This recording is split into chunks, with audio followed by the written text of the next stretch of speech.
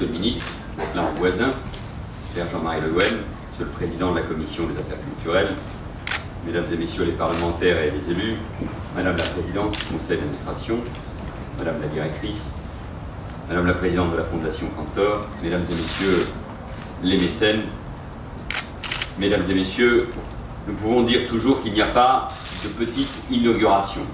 Et c'est vrai. Mais il y a aussi de très grandes inaugurations. Et celle qui nous réunit nombreux ce soir en fait incontestablement partie. Et je suis très heureux, nous sommes très heureux de partager ce moment avec vous tous. C'est un moment assez magique, pour vous, j'imagine. Vous vous rendez compte, Légion d'honneur et inauguration de ce musée aujourd'hui.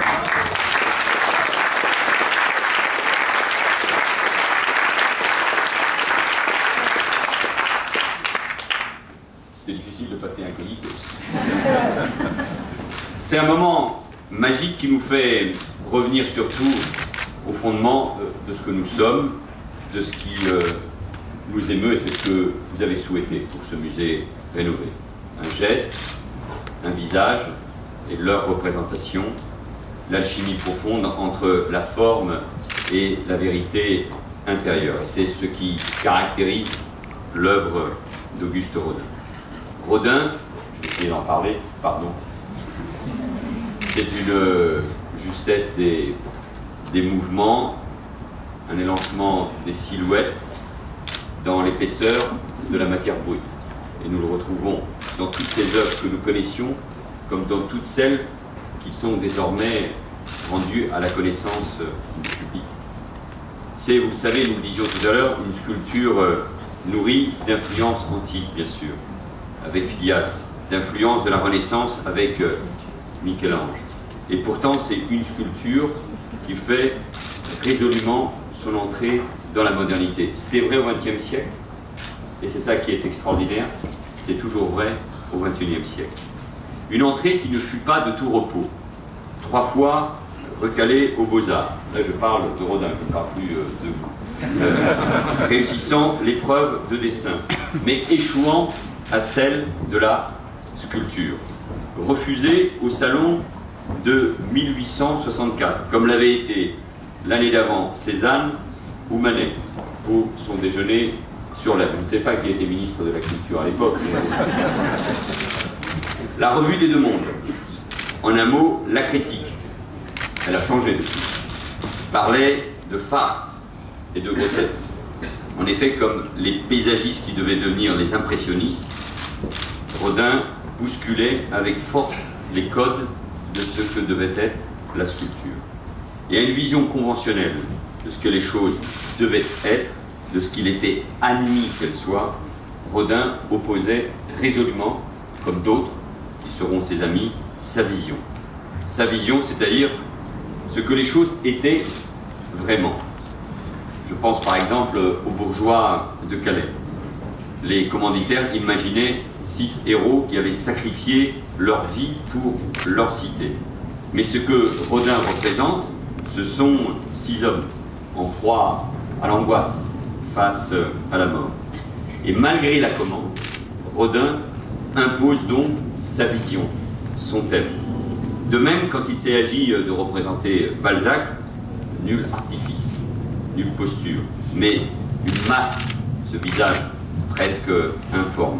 Et le public n'a pas compris tout de suite, mais dans les traits d'un seul visage sculpté, c'était le génie qui transparaissait. Et c'est si vrai quand on retrouve Balzac et tout cet magnifique éclairage, magnifique lumière dans ce nouveau musée Rodin.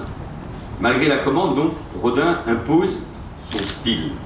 Et Rodin, c'est une audace inédite.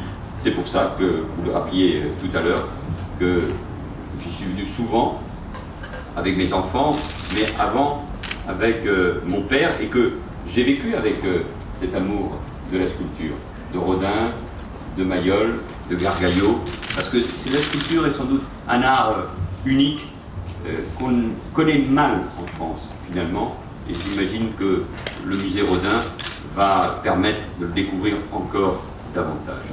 Et s'il est devenu en quelque sorte un classique, Rodin. Une référence. Il fut, à l'époque, un précurseur, en sculptant, je suis obligé de le citer, le portrait de Clémenceau. En 1911, il arrivait déjà à percevoir, sous les traits de l'homme vieillissant, le tigre qui allait bientôt rugir et défendre la France. Rodin, c'est aussi ce choix assumé, c'est tellement frappant, de la sensualité, je pense évidemment à Camille Claudel, de la volupté qui lui attira l'adjectif de sulfureux. Rodin, c'est enfin une vision de ce que doit être l'art, résolument ouvert. Et le prolongement du sculpteur, c'est le public. Au point que Rodin a laissé derrière lui les moules de ses sculptures pour qu'elles puissent être reproduites, se diffuser. Avant d'autres, Rodin a donc inventé l'œuvre infinie. Nous sommes réunis pour ce moment unique et magique. Réunis aussi pour un moment historique, car il est une étape supplémentaire d'une histoire, une histoire d'amour entre la France et Auguste Rodin. Et je voudrais rapidement rappeler 3 dates, parmi tant d'autres. 1916, cela fera bientôt 100 ans. Rodin donne l'ensemble de ses collections, de ses biens, de ses droits d'auteur à l'État, qui les accepte en faisant voter, c'est rappelé dans le musée, en pleine guerre, une loi dédiée. En pleine guerre, le Parlement, c'est le ministre en charge des relations avec l'Assemblée et le Sénat, s'occupe aussi de culture. Et c'est ainsi que naît ce musée. Rodin le voulait pour l'apprentissage et l'éducation des artistes et des travailleurs. Et le vieux sculpteur mène ainsi son dernier combat et livre, en quelque sorte, sa dernière œuvre. Deuxième date, 1993. Pékin accueille la toute première exposition d'art occidental en Chine en présentant, place Tiananmen, le penseur. Le Musée national de Chine accueille aujourd'hui à nouveau une exposition Rodin. Et fait marquant, avec le Premier ministre chinois, nous avons célébré il y a quelques mois le 50e anniversaire des relations franco-chinoises en la visitant. Vous étiez là, et de là est née une autre belle idée, que je puisse retrouver mon homologue chinois dans un lieu où Rodin était présent. Nous avions pensé au musée Rodin, il y avait les travaux, et nous sommes retrouvés dans sa demeure de Meudon. Monsieur le sénateur maire Hervé Marseille était aussi avec nous, et ça a été un moment incroyable d'émotion, notamment dans cet atelier où il y avait tous ces plats de Rodin. Enfin, troisième jalon historique, 2007, chaque pays européen est invité pour le 50e anniversaire du traité de Rome à envoyer son chef-d'œuvre national pour une exposition au Palais du Quirinal. Et c'est à nouveau le penseur qui a représenté la France dans la capitale italienne et européenne. Ces 3 dernières années, les expositions Rodin ont été présentées en Bulgarie, en Croatie, en Italie, en Angleterre, aux Pays-Bas, au Canada, et d'autres le seront dans les prochains mois au Mexique, aux États-Unis, au Danemark. Rodin se fait partout l'ambassadeur de la culture et peut-être même des valeurs françaises. Mais ce lien intime entre la France et Rodin s'incarne d'abord dans un lieu. C'est bien sûr cet hôtel particulier, l'hôtel Biron, typique de l'architecture rocaille, avec ses salons lumineux et ses magnifiques jardins qui font aussi les palais de la République dans ce quartier. Après 3 ans de travaux, quelques mois de fermeture complète, il ouvre donc aujourd'hui à nouveau ses portes. On a même, m'a-t-on dit, inventé une couleur pour l'occasion. Le gris Biron, le ton juste pour mettre en valeur les œuvres. Les nouveaux aménagements, la scénographie qui privilégie un rapport direct entre le visiteur et la sculpture, la médiation, les tarifs traduisent une ambition. Merci aussi, monsieur l'architecte, pour le travail qui a été réalisé. Ouvrir l'accès afin que les visiteurs français ou étrangers puissent découvrir les créations du sculpteur, les découvrir dans le cadre exceptionnel qu'il avait lui-même choisi. Ouvrir l'accès, c'est-à-dire aussi montrer le travail en train de se faire, les expériences, les expérimentations, et pas seulement l'œuvre accomplie. Et je voudrais remercier, moi aussi, tous ceux et toutes celles qui ont rendu ce travail possible. Les équipes du musée, sous l'impulsion de sa directrice, les mécènes, et notamment Iris Cantor, une si longue histoire, vous le rappeliez, lie au musée et dont la contribution à cette rénovation a été décisive.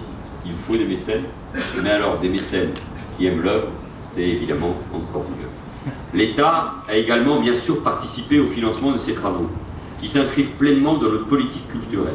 Et son objectif, c'est permettre au plus grand nombre d'avoir accès à la culture et à la création. C'est-à-dire conforter le budget de la culture, ce que j'ai fait, celui de l'État et celui aussi des collectivités.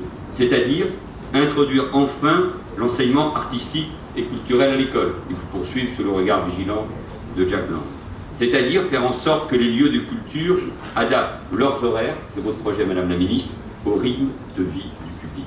Et nous fixons ainsi le cadre et nous ouvrons, me semble-t-il, les possibilités. Il faut désormais, plus que jamais, faire en sorte que tous, en particulier ceux qui aujourd'hui se sentent le moins concernés par la culture, s'en saisissent. Et pour cela, il faudra donner envie, aller chercher les publics, aller à leur rencontre. L'accès à la culture, c'est ensuite l'accès à la création. C'est le sens de ce que nous faisons, en pérennisant, en modernisant le statut des intermittents du spectacle, en défendant les droits d'auteur en France et en Europe, en faisant émerger des projets partout sur le territoire. Notre engagement pour la culture se traduit enfin par un projet de loi sur la création, l'architecture et le patrimoine. Fleur Pellerin l'a défendu avec conviction et avec talent à l'Assemblée nationale, et je salue le travail de Patrick Bloch qui est pleinement mobilisé, vous le savez, sur cette ligne. Mesdames, Messieurs, ce lieu magnifique est un écrin restauré au service précisément de la culture. Une culture dont nous avons besoin pour nous retrouver, nous rassembler, pour casser ces murs de défiance, de repli, de rejet qui se dressent devant nous, pour dissiper aussi ces nuages sombres à l'horizon. La France, c'est la culture. La France, c'est Rodin. Comment pourrait-on imaginer que demain la France puisse être incarnée par le repli, par la convention, par la haine, par la médiocrité? Le rôle de la culture, de ce point de vue-là, est fondamental, car elle est ce qui nous ouvre à l'autre, ce qui nous civilise, ce qui nous rend a priori meilleurs. Et les intégrismes, les fondamentalismes, les régressions de toutes sortes s'en prennent toujours d'ailleurs d'abord à l'art, aux artistes, aux créateurs. Ils détruisent les statues pour détruire quoi? Pour détruire l'émotion. Ils brûlent les livres. Pour quoi faire? Pour piétiner tout simplement l'intelligence. Et aujourd'hui encore, la culture doit prendre le pas sur la barbarie. La création, l'émergence prendra le pas sur le déclinisme ambiant. La découverte, la curiosité prendra le pas sur le pessimisme. Et c'est l'exigence qui s'impose à nous tous. Et c'est ce message que porte ce magnifique musée, qui, pour reprendre les mots de Rodin lui-même, permet de comprendre le monde et de le faire comprendre. Il l'a fait par le passé et il a tout dès lors pour le faire pleinement à l'avenir. Bonne continuation aux équipes. Merci encore à elles pour ce joyau qu'elles savent si bien faire vivre. Merci encore à vous, Catherine Chevillot, pour votre engagement et pour cette magnifique réussite. C'est un beau moment, un moment magnifique, je le disais, d'émotion. La découverte de Rodin, je ne doute pas, nous donnera toute la force. Ça va bien passer. Merci.